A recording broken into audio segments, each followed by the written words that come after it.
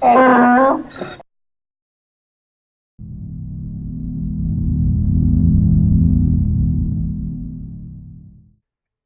welcome back to another GACC podcast where we're going to be discussing games, anime, computers, and collectibles, but not necessarily all that in a week.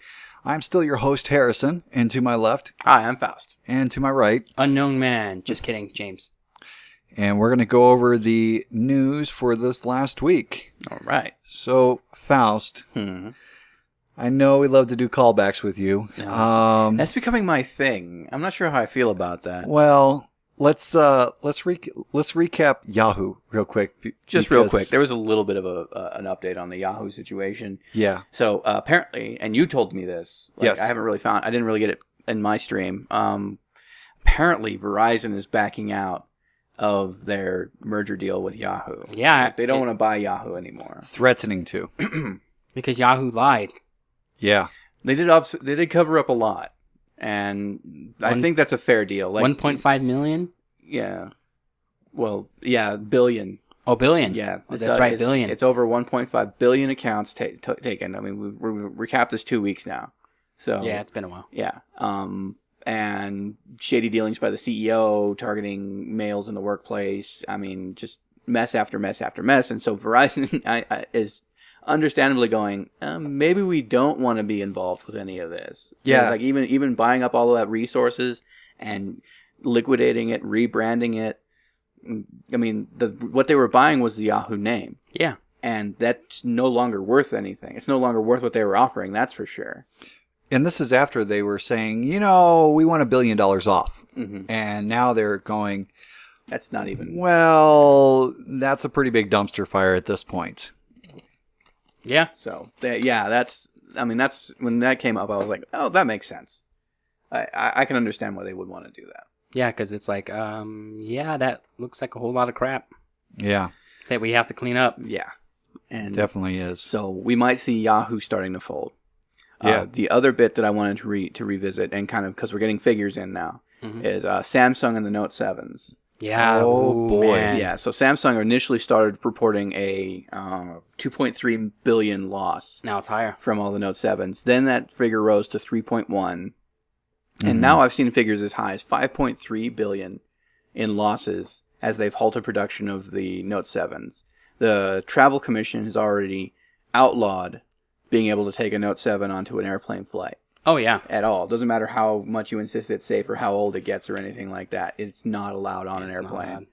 Well, and then on top of that, you have the fact that they're sending out fireproof boxes to get them back. Yeah, and they're offering, if you do return your Note 7 and decide you still want to get a Samsung product, they will give you $100 off any existing Samsung phone, which is kind of slap in the face, I think, when you spent that much money and time having these phones that could potentially blow up in your face and getting them replaced, and they're still dangerous. And then they're like, well, if you stick with us, we'll give you $100 off. I'm like, for a phone that costs, cheapest at the cheapest $600. Yeah. You're giving me $100 off. I don't know if that's a fair deal. Like, I wouldn't think that. And even then, I'm not sure if I even want a Samsung anything after all of this. Right. That's well, true. For our audience, this is kind of a good thing too, because this, I actually got put into the light where I was actually looking at phones this last week because one of my LG G4s bricked. So basically, I'm a little bit more aware of the situation, and there are basically about 4 phones on the market. One obviously being the Samsung, if you do want to get something that's not a Note. But if you're looking for something the size-wise, you're left with kind of 3 phones. You have the iPhone 7, 7 Plus, if you're willing to make that jump and not have a socket for your headphones. But I thought they were having the same issue with and Samsung. a phone that could potentially explode. It's not as likely as the Samsung. Yeah, it's only 2 exploded, right? Yeah. But they're phones that are still. They're not as bad as the one where they opened it up on the examining table and it blew up right there. Unfortunately, you're never going to hear the terms iPhone and not that bad come out of my mouth in the same sentence. So that grain of salt, folks. It's an iPhone. Yeah. It's still an iPhone. Yeah. But for the Android users, if you do not trust Samsung, there are two devices to look at. There's the Google Pixel XL, which we went over on the last show. Really exciting looking phone. And we will recap some here. But LG basically presented a gift to everybody too, because their LG V20 came out October 2nd as unlocked and starting to come out through the carriers. I know particularly with T-Mobile, it's October 28th is when you can pre-order there. So the two runners is basically the Pixel XL and the LG V20 as the flagship phones to potentially replace the phablet that is the Note 7 at this point. Yeah, and I don't really like that term, but I guess it's accepted standard these days to call them that. They're like 5.5-inch phones. Yeah, I know. Of course it's going to be a phablet. I guess that's just still another thing where I'm starting to get to the point where I'm old enough that the advances in technology don't look like advances to me. They look like side steps or backward steps. Maybe 2 steps forwards, 3 steps back. It never really seems like any sort of growth or progress. Yeah. And so when a phablet comes out, I'm like, it's a phone. You're gonna have to hold that giant honking thing up to your head, sometimes for half an hour or hours at a time, depending on how. Well, that's why you get Bluetooth headsets. But they're tablets, so they're not for the people who are going to be taking phone calls. I have to remind myself this. It's a phone that has a large enough keyboard that you can actually type on it and send text, because that's the way of communicating now. Well, the thing is also with the phablets is they've gone a little bit thinner too. They're not as bad as they once were, because phablets were about 6 inches, and they've kind of stepped it down and they got thinner borders. So we have and why we're still designating these as phablets is because they're basically over 5 inches. So you have the Google Pixel XL, which has a 5.5-inch screen. The LG V20 has a 5.7-inch display. It does. That sounds pretty big. It is a pretty big display. Okay, how big is the G4 usually? Is that like a G4? G4, you're gonna have to look it up. That's what I use. Yeah, I'm having some. I'll look it up. You do your thing there. But the both of them are going to be equipped with the latest It's 5.5. Qualcomm processors. Yeah, so I mean, you're at 5.5 already, so 5.7 is not that big of a leap. So is this phablet category? I think it kind of is nowadays. 5.5. It fits in my pocket, and it feels like a handset. So yeah, I don't know. But the difference I think between the two, because they're both going to come to the market with Android's Nougat on it, so version 7.0 of their operating system. Both running quad-core Qualcomm processors, and both look to have about 4 gigabytes of memory. I think the Qualcomm quad-core Snapdragon is a little bit faster in the Android, and you're going to be getting more of a pure experience. But I think what it comes down to is you are going with. Well, you have your LG or you have your Google phone. Now, I originally got a Google Nexus. Like, that was my first real foray into like updating from my Touch on T-Mobile, which was a smartphone, but it was aging. It aged really fast. And then the Google Nexus, I can't remember what kind I got, but that was my first real experience with a cutting edge smartphone that took a few updates before it started to show its age. And then I moved to an LG because I have Jump. And so I just kind of, and I have people who work in the phone industry, and I said, what should I jump to? And they said, the G4, because it was just about to drop. Yep. And I got a G4, and you got G4. I got a G4. You got one for your wife. And G4s have kind of taken over because amazing cameras, amazing battery life, expandable storage space. And that's a big thing too here. Yeah. I mean, especially if you're talking about expandable storage space. So the Pixel is still sealed, so you can't upgrade the storage. You either go with a 32 gig or 128 gig version. The It's respectable. The LG V20s, well, 32 gigs is not necessarily enough nowadays. If you're holding a movie library. Well, or the games, or recording video, or anything like that, which is what people are doing with their phones.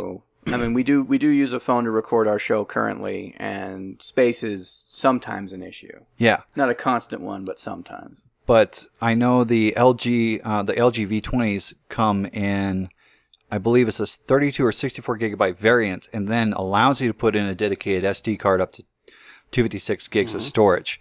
You can still pop out the battery for the people that like to build a hard reset. Yeah. So it's not a full sealed unit. I think we talked about that last time because I mentioned it versus the iPhone.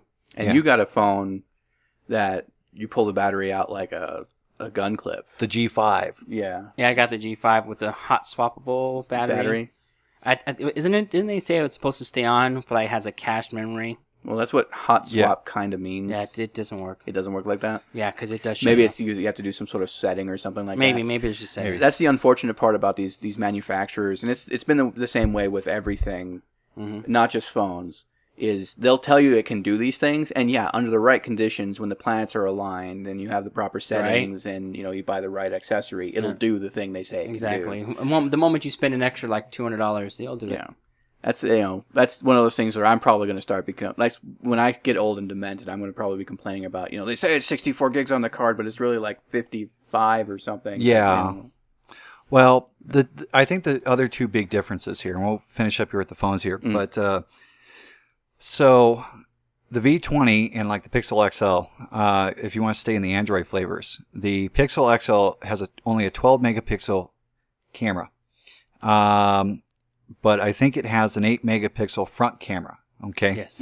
The V20 from LG is sporting a 16 megapixel camera, and it has a second wide angle that's a 8 megapixel camera on the back of the phone. So it has dual lenses basically on the back of the phone for taking wide shots and a few other things.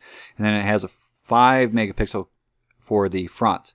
And they both have fingerprint security. But I think a lot of it comes down to... I'm not sure how I feel about being totally reliant on it. Well, LG is actually marketing themselves towards video and filmographers.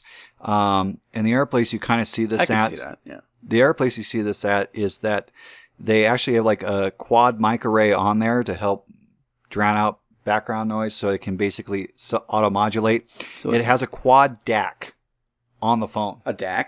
A quad DAC. That's a digital audio converter? Yes. Yeah, a digital audio. So if it's got a quad DAC and quad microphones, the microphones are probably, I'd say, analog phones. Well. So. Yeah. I don't know.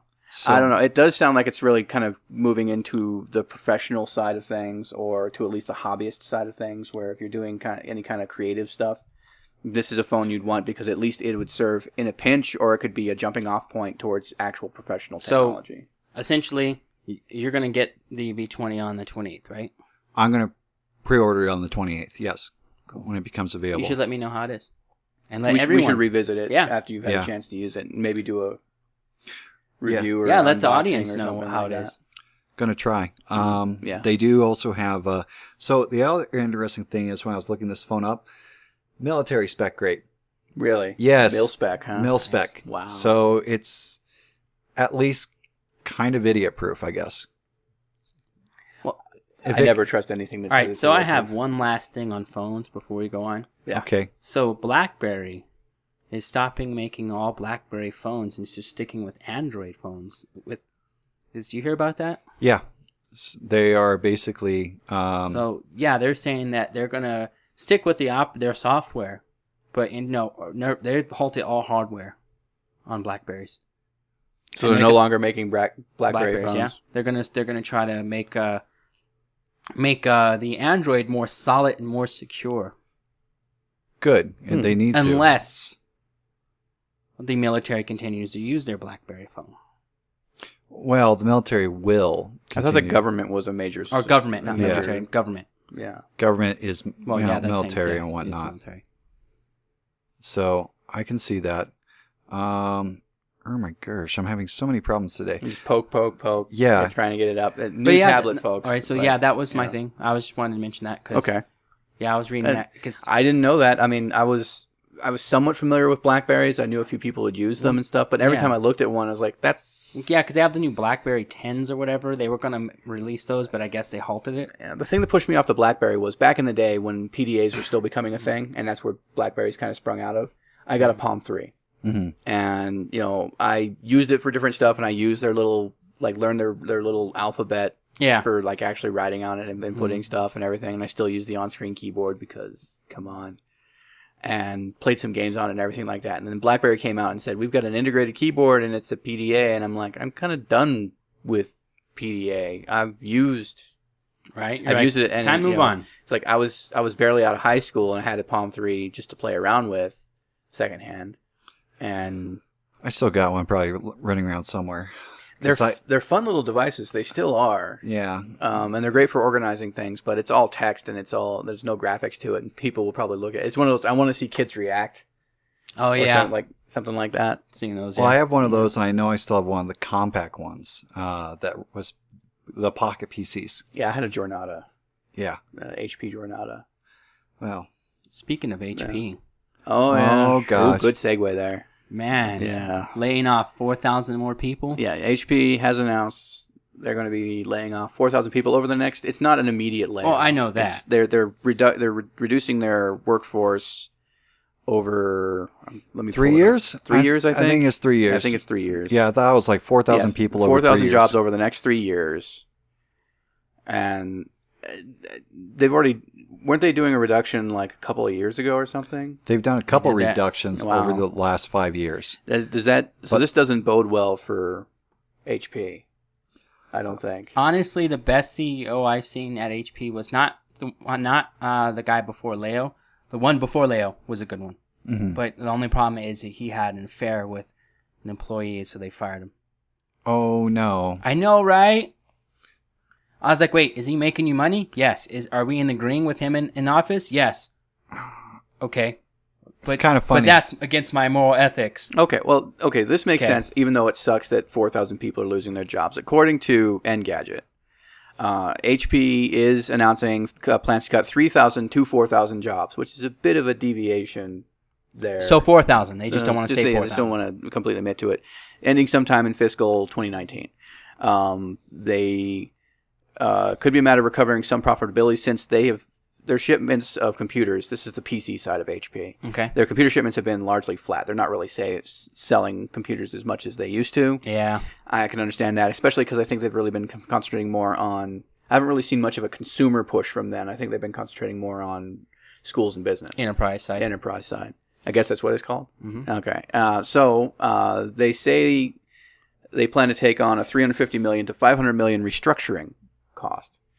Well, that's kind of good. I mean, the thing is layoffs, everybody goes, oh, that's bad, But the problem is every once in a while companies have to do this stuff to basically trim the fat and get rid of the cancerous cells or it's an unfortunate revitalize. Part. It's an unfortunate part of any business. Or to give yourself a raise. Well, it's 5 times. That can happen. I mean, that's why Yahoo see. Yeah. Oh, the yacht? Yeah. Oh, I'm not bitter on that at all. How bitter are you? Bitter are you? Because I see your side of the point that sometimes layoffs are great. They're not great, but they're necessary. Yeah. But I've seen other times where companies where the main person, we'll say CEO, gave themselves like X amount of raises over the course of 2 years and laid off 40,000 people. But wait, they needed a raise, right? Whoa. Wait. You're exaggerating, I think. I'm not. Let me do this for you. We're looking at you, Meg Whitman. I wasn't actually talking about Meg Whitman, but okay. Looking at you, Steve Jobs. Actually, Steve Jobs was If you're looking at Steve Jobs, CEO. you're in serious trouble. Yeah. This dude's in the ground. Yeah. No, actually, Steve Jobs was an excellent CEO. Yeah, he actually was. Because he got a $1 paycheck and the rest of his money, granted, it did come in stock and stuff, but it was motivation because if the company did bad, he did bad. Yeah, I know. Steve Jobs was actually... As much as you don't like the cult of Apple... That was an excellent CEO. As a CEO, for the most part, I have to give him credit because he did a good job. But he also expected people to, in the work culture of their environment, to put in more than 40 hours a week. Oh yeah, he was a douche. Yeah, he was a bit of a douche. So, getting back on the HP side of things, I noticed that when we were collecting and discussing stories that we were going to bring up on the show, that you mentioned another mini computer. Oh yes, from HP. I was going to talk about that next week, but yeah, because next week, because it's not out yet, so I don't know the specs. Well, if we're going to do that next week, I want to talk about more layoffs because Verizon, who's trying to buy HP? Yeah, they're trying to buy a lot of stuff. Are they? Yeah, they're not HP. No, I'm sorry, not Okay. HP. Yahoo. Well, they're trying to back Yeah. out of buying Yahoo at this point. But Verizon is planning to close all their call centers in 5 states. Oh yeah, they've already closed them. Why not? No, that was Sprint. So they're planning. They are planning on closing and consolidating their call centers in New York. Looks like Maine, Nebraska, Connecticut, and California. 5 states are going to be affected by this, which means all the call centers in California. They're closing call centers in 5 states. Not all of them. That's not all of them, but California has more than that. But this is 5 call centers that they are closing, and this means 3,200 workers are going to be put out of jobs. And then you're looking at, let's see here, another 850 jobs are going to be lost at the 2 New York locations. Another 1,000 jobs to be relocated in California, 700 to customer care, and 300 in telesales. The others are in the other states, but yeah, they're looking at cutting jobs. This goes back to layoffs suck, but when it comes to major restructuring or changes in directions in the business or something like that, they are necessary. Yeah, it's a shitty thing. I'm actually more okay with Verizon than something like HP because HP has been constantly cutting workers. You kind of just said it right there when you were like, "Okay, man, quit, man." So they are hemorrhaging workers. They're losing. HP's been hemorrhaging workers. Verizon has not been as bad. Tech sectors nowadays, it's a sad state of affairs that the tech sectors do end up having a lot of job cuts. They seem to be the ones that keep getting reported the most for this sort of thing. So it is kind of a shame, but Verizon is this is more of a trimming than anything else, probably because of new technology versus HP just constantly just shooting themselves in the foot. All right, so I'm going to get off of that. So that's next week's topic. I'm going to go on something lighter. That way it could be, my job to talk about anime. Oh. Since there's a lot of new anime 2016, so they're coming out. If you ever heard of Striker Witches? Nope. All right, so Striker Witches is this takes place during World War II, 1944. And we are striking witches? No. This is So what happened, let me explain it, because I'm about to go into it. So what it is, and from what I've read, it's essentially, think of... so is it Striker Witches? You know that Robin one that you were talking about earlier? Witch Hunter Robin. Witch Hunter Robin, okay. Yeah. So... Wait, real quick. Is it Striker Witches or Strike Witches? Go back under your bridge, Cole. Is it though? I think it's Strike. Yeah. Okay, so we're talking about Strike Witches. Okay. All right, so can I go on? You may. Go back under your bridge. All right, so essentially these alien beings are attacking the human race. And they've created something so toxic humans can't even live in their areas. They have to move out. So they create these strike force teams called Strike Witches. And they use these basically robot legs that look like aircraft legs. You see them? Mm-hmm. Yeah. I'm looking at them. And that allows them to carry gigantic weapons that normal people can't carry. And they are able to have these shields that they deploy to have them be able to take on these beings that want to destroy the human race. So just to describe it to people who are not anime known, and I'm not trying to take the piss out of it or interrupt you or anything like that, but so they are wearing these what can only be described as aerial stilts. They look like they're the engines and wings from World War II bombers or World War II prop planes. The foreground is a Neko, a cat girl, wearing what looks like a school uniform jacket, like a top, and nothing underneath. Yeah. Like no bottoms except for some striped panties.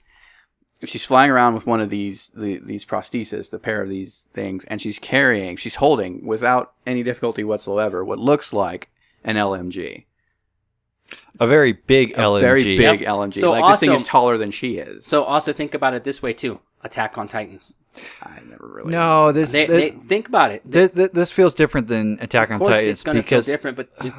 Look, I mean, they had swords at least. Okay, this... They have giant guns. This is insanely giant guns, and it looks like you are basically wearing... to me, that picture looks like you're wearing not necessarily engines, but I would say 2 prop torpedoes as legs. Yep. Okay, I'm just like, really? But anyways... And they like zoom around like near the end of Kill la Kill and just zoom, exactly. And shoot their So now you understand the weapons. concept of it. There's a new one called Brave Witches coming out soon. Brave Witches. Brave Witches. That's the one that was on the list of 2016 animes coming out. So it's same time, same anime, same. I don't know if it's a sequel, but it seems like it's just around the same time frame. It's just a different unit. Oh God. And it looks fantastic. Okay. We'll see. I'm the first one looks kind of Bad? bad. Bad? Yes. It does. It does. Okay. So a sequel to something that's bad. I'd watch it. In fact, I am going to watch it. And then another one that's coming out, it's called Kaju Girls Ultra Monster Anamorphic Project. Say that 3 times fast. You think about no thanks. Think about all the RPG games you've played and think of them as chibis. And I'm not looking up That's that one. Nope. freaking awesome. That title is way too Japanese. Well, let's throw a simpler title into this basket. That's part of the fall 2016 anime release. Oh, those are the ones too. But go on. Pokemon Sun and Moon. Yeah. Is that getting an anime or is that? Yes, it Yes, is. it I thought is. that was just games. And I'm totally gonna watch that. I heard they've been announcing new Pokemon for it over and over and over, Yeah. like letting them trickle out a few at a time. Ash goes to school. Wait, I thought Finally. Ash died. No. There's one where Ash dies, man. He gets turned to stone. And how many times has Goku died? Well, that's different. Goku's awesome. Yeah. See? I mean, so is Ash, but I mean,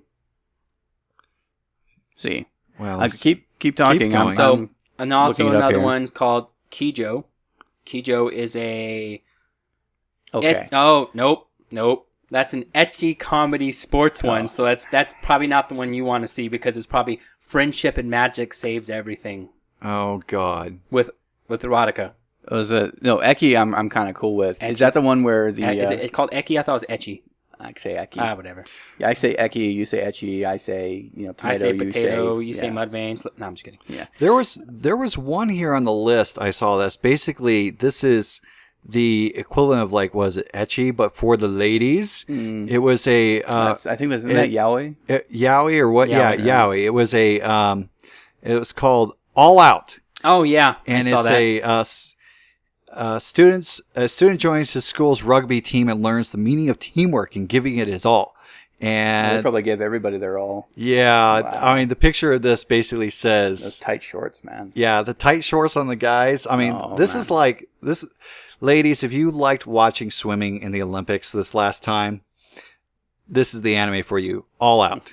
Okay, so I delayed long enough just for the chance of people actually going down in the comments while listening to the rest of the episode and correcting us on this.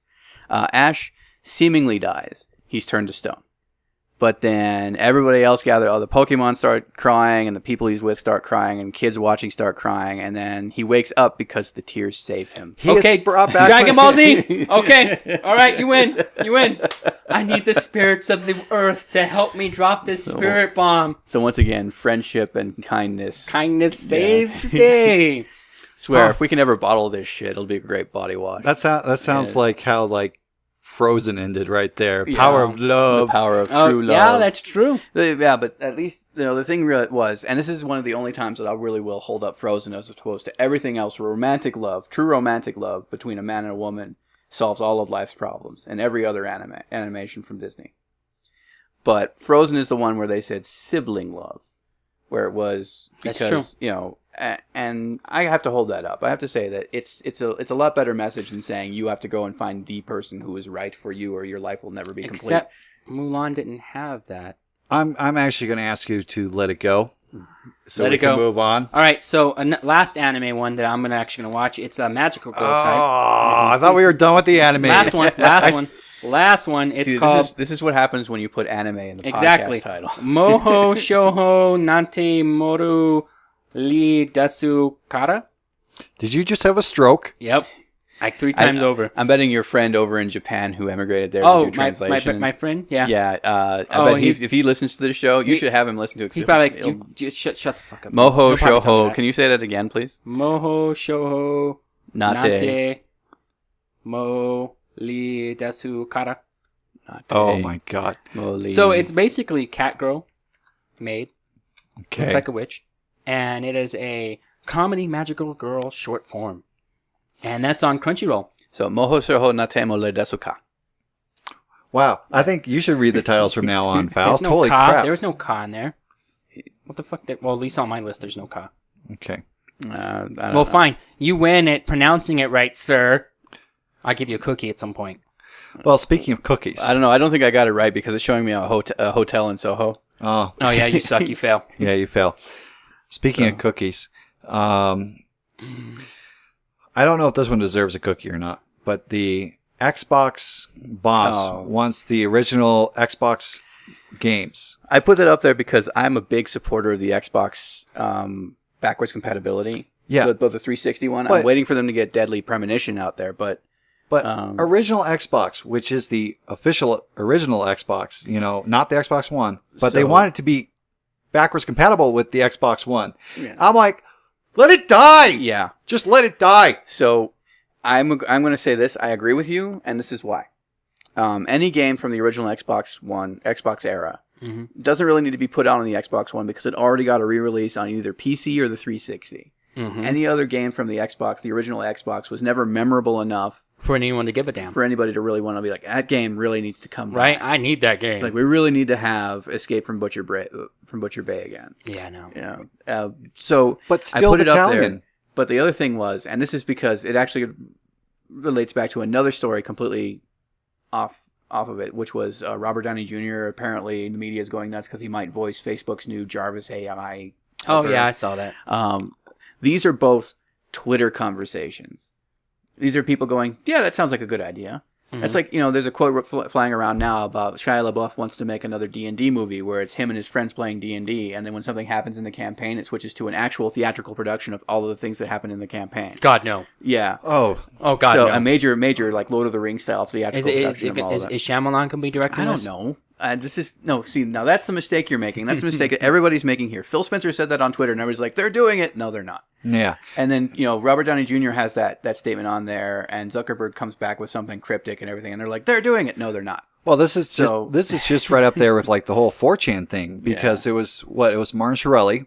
Martin Shkreli wanted to buy 4chan. Yeah. No, he's not. And has that been confirmed? No. There's nothing's come out of it. Nothing's come out of it. Okay, but it has. He offered it up, but he hasn't rescinded yet.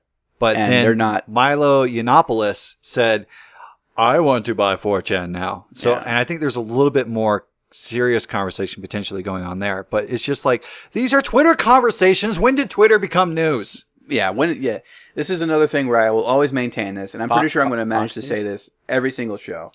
Whoa! Yeah. Wait. Oh, you said something. What did you say? Nothing. Go ahead. Say it again. I didn't say anything. Please say it. I said Fox News. I didn't realize that Twitter was Fox. Actually, I think I have seen some Fox clips where they have in the comments below. I'm pretty sure anybody who monitors Fox News, because you don't watch that shit, they monitor it. They've probably used Twitter's tweets as fuel for whatever tirade they happen to be going on. Yeah, but so does CNN and MSNBC. Again, I present the question: when did Twitter become news? I think you guys should say this with me. And Twitter is not news. So Twitter's not news. 3, 2, 1. Twitter is not news. All right. So speaking of games, I was also looking at backwards compatibilities and came across a game I've actually never played. It's all the 360 ones that they're doing it for the Xbox One. Yeah. So Yeah. Double Dragon Neon. Yeah, that was released on the indie side of things. Huh. There's a reason why you've never played and it. it's available on Did it Steam. suck that bad? It's on PC. I'm going to have to check this game out. It doesn't suck in that it has a really great art style, and you can play it kind of like a Double Dragon game, sort of your Final Fight Double Dragon brawler sort of thing. And Yeah. I've watched it played through. And I don't think fans of the Double Dragon, if there are still fans out there of Double Dragon, I don't think it's really going to be like it's more of a reimagining. It's not like tying into the actual story. really intricate and complex plot that was Double Dragon. There was what plot? Yeah, Save the girl. Save your girl. That's just been like this girl gets punched in the stomach. No, she gets punched in. Kidnapped, dude. Yeah, well, no, she gets punched in a rather lower area than the stomach. Oh, like, if you look at that graphic, she gets full on like sackcloth. Okay. And then so the rival gang members run off with his kids, this guy's girlfriend, and then Bimmy and Jimmy, by the original translation, have to go after her, and that's your shit. Like that's your lot. Like it's princess in another castle until you beat the final boss. Yeah. And so it spawned a lot of really great stuff. I mean, without Double Dragon, we wouldn't have had. I'm pretty sure we wouldn't have had Battletoads. We wouldn't have had. We wouldn't have had Final Fight or Fatal Fury, I think, is another one. No, Fatal Fury was out. Final Fight and Fatal Fury were out about the same time or earlier, and those were different formats. But Streets of Rage, I would potentially say. Okay, see Streets of Rage. Yeah. So, so they, of course, it's one of those. We're in a time where anything that did any sort of good whatsoever is going to get. If they have a fan following, if they get kickstarted, they're going to have some sort of justification for making a new one. And that's what Double Dragon Neon was trying to go back and just completely go over the top. And yeah. And so it's a really great game. I've seen it played through. It's worth, I don't know if it's worth how much it costs or whatever. Well, if it's on Steam, it's probably like $4. Because I know some of these other games like Streets of Rage and all are now on Steam through the emulators. Like the Sonic games, I like those. Or the Streets of Rage. But now you're going to be able to use your PlayStation 4 controller. It's going to have native support with Steam. That's cool. I like that. Yeah. Double Dragon Neon is $10 on Steam. Nope. No, I don't think I'd pay $10. $2.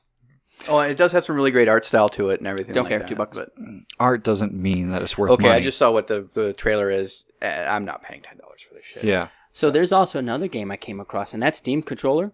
So do you have to Wait a minute. Not Steam controller.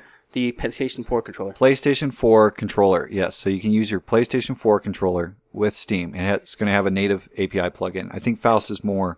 I'm more up on this. Yes. So the reason it's important that the PS4 controller is going to be natively supported by Steam is it is native PS4 support. It is not using the X driver or whatever. The X driver. I can't remember what that's actually called. X Action or X Split. I don't know. So the X suck and breaks things. I agree with you. Yeah, not going to give that. Yeah. So, Microsoft had their Xbox controller and basically just gave the API to game developers and said you could have native support if you port your games to Steam, to PC. The Xbox controller will work without having to like map a controller or have special coding or anything like that. It's just sock this into your program, it'll work. And so that's what's maintained a hold on the PC for a long time. And then, Valve released the Steam controller. And I'm not sure if it actually uses the same thing as the Xbox One, the Xbox 360 or the One controller or anything like that. No, it doesn't, because of the fact that the Steam controller is also compatible with Linux. Okay, so the reason that the PS4 controller getting native support is important is because they're using the same support that the Steam controller has. And so not only will they support the usual button functions, triggers, bumpers, that kind of thing, they will also have gyro support and support for the touchpad on the PS4. And that's good news. And actually, that doesn't that seems reasonable because and kind of a logical leap, because I mean the Steam controller has your buttons, it has the haptic touchpads, and it works with Linux. And a PlayStation 3 was built on Linux. Probably the PS4 is also built on Linux. So it seems like a relatively native move so far. I mean, PS3 and PS4 controllers, it's not like they haven't been, it's not really modified, but they've found ways to use those controllers on PCs already. Yeah. But it's almost always been using them with games that support the Xbox controls, so it's been sort of a shoddy or a janky sort of setup. And with this, it's actually going to be that much easier to just sort of connect and go. And I've been using an Xbox controller. Same here. Yeah. Xbox 360. 360 controller. I have an Xbox One. I'm pretty sure I could Bluetooth that in with enough effort, but that's just because that's the control scheme I'm used to, and they're functionally identical, except for the gyro touchpad kind of thing. And so the games that utilize this, novel as they may be, I mean, if that's what you're looking for before you make the switch to the PC Master Race, then it's coming. You'll get it. Well, yeah. I think that's most of the stuff here for this week. Not except even for close, but we could talk about more next week. We've got other things to talk about, but if you want to cut it, Well, no, if you got something else, because I wanted to put in a few more things. Well, let me scan the list here and see if there's anything else I want to bring up. I know we didn't discuss Paint. Yeah, Paint's coming out. Yeah, Windows 10 Paint. Yeah. They are coming out with finally an updated version, so Paint might be useful for once. And that's part of one of the newer Windows 10 updates. And it actually seems to have a lot of people excited because, well, it's a better... It's never been exciting. Well, if you add any features all of a sudden where it becomes usable, of course Paint's going to become exciting. I mean, they put a clown face on a dead horse. It's something new and exciting. So we're going to see what happens there. And then... Yeah, the only other thing I want to mention is another callback to last week's episode where we, at the very end, we notified local listeners in Albuquerque that you want to check your Comcast bill. Now Comcast is getting fined by the FCC for negative option billing. Yeah. Which is basically you have no choice, you need to pay us. It's extortion, essentially. Right. It's just a fancy term for it. And so now the FCC is kind of giving Comcast, ultimately, even 2.3 million. Like if you were a small business or even a relatively growing business, that would be something. But 2.3 million to Comcast is not even a slap on the wrist. Yeah, that's like a drop in the bucket for them. They're just laughing, going, okay, we're still November 1st going to be extorting everybody with these data cap limits. So, yeah, I mean, come on, FCC, grow some nugs, because you've got to step in and actually do something to make Comcast kind of break apart. Right now, it's a monopoly. And people need to do something by calling the FCC. And basically saying this shit will not fly. Yeah. Because it's gone on long enough. Right. Really. Mm-hmm. So the couple of things I want to cover is, we're at what? Podcast 13. And we started with 0. So we were at 14 podcasts in. We have been doing this for 3 months, folks. Mm-hmm. At this point... Having a lot of fun with it. Yeah, we're having a lot of fun with it. We hope you all have been enjoying listening to this. Thank you for listening, for coming and joining us every week. Yes. And if there is anything you would like to see us change in our format a little, or anything you want us to keep, do let us know. We do like to hear from all of you. You can find us on the Jenny Fedora website. We have the podcast up there. You can comment there.